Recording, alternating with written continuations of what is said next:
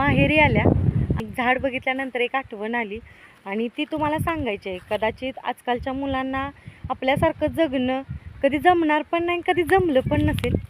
तर हे माझ्या मागलं झाड बघताय, हे आहे बोराचं झाड, जे की लहानपणी इथं आमचं शेड आहे, इथं आमचं त्या झाडाच्या मध्ये आहे, त्यामुळं तुम्हाला दिसणार नाही.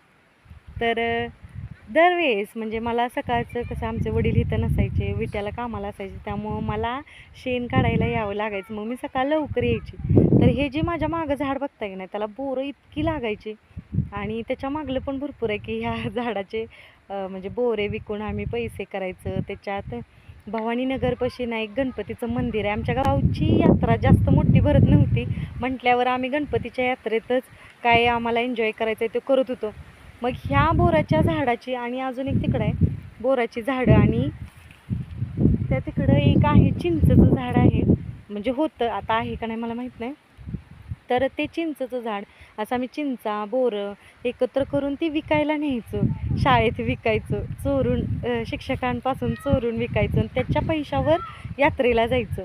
तर ह्या बोराचं झाड बघितल्यानंतर मला म्हणजे असंही झालं की ज्यावेळेस आम्ही लहान होतो त्यावेळेस ह्या झाडाखाली एक बोर घावायचं नाही, कारण असं की स्पर्धा लागायची की सकाळ लवकर उठून येऊन कोण पहिल्यांदा बोरं गोळा करते आणि ते घेऊन जात, आणि ते घेऊन बॉटल भरून घेऊन जाते.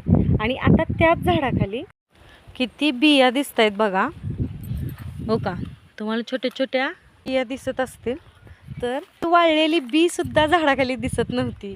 इतका आम्ही सकाळ उठल्या उठल्या, कारण रस्त्याच्याच कडेला आहे, रानात म्हणजे गावातून रानात येताना रस्त्याच्या कडेलाच हे झाड आहे. पहिला बोरं गोळा करायची, आपल्या वट्यात घ्यायची, मग शेडावर जायचं, शेणघाण करायचं, तिथंच टाकी आहे पाण्याची, तिथं हात वगैरे धुवायचा, म्हणजे आपलं आवरायचं, घरी जायचं. पाण्याची बॉटल असायची जी की रिकामी ठेवलेली असायची, त्याच्यात बोरं भरायची आणि घेऊन जायचं. तो भाग वेगळा राहिला, चोरून विकायचं.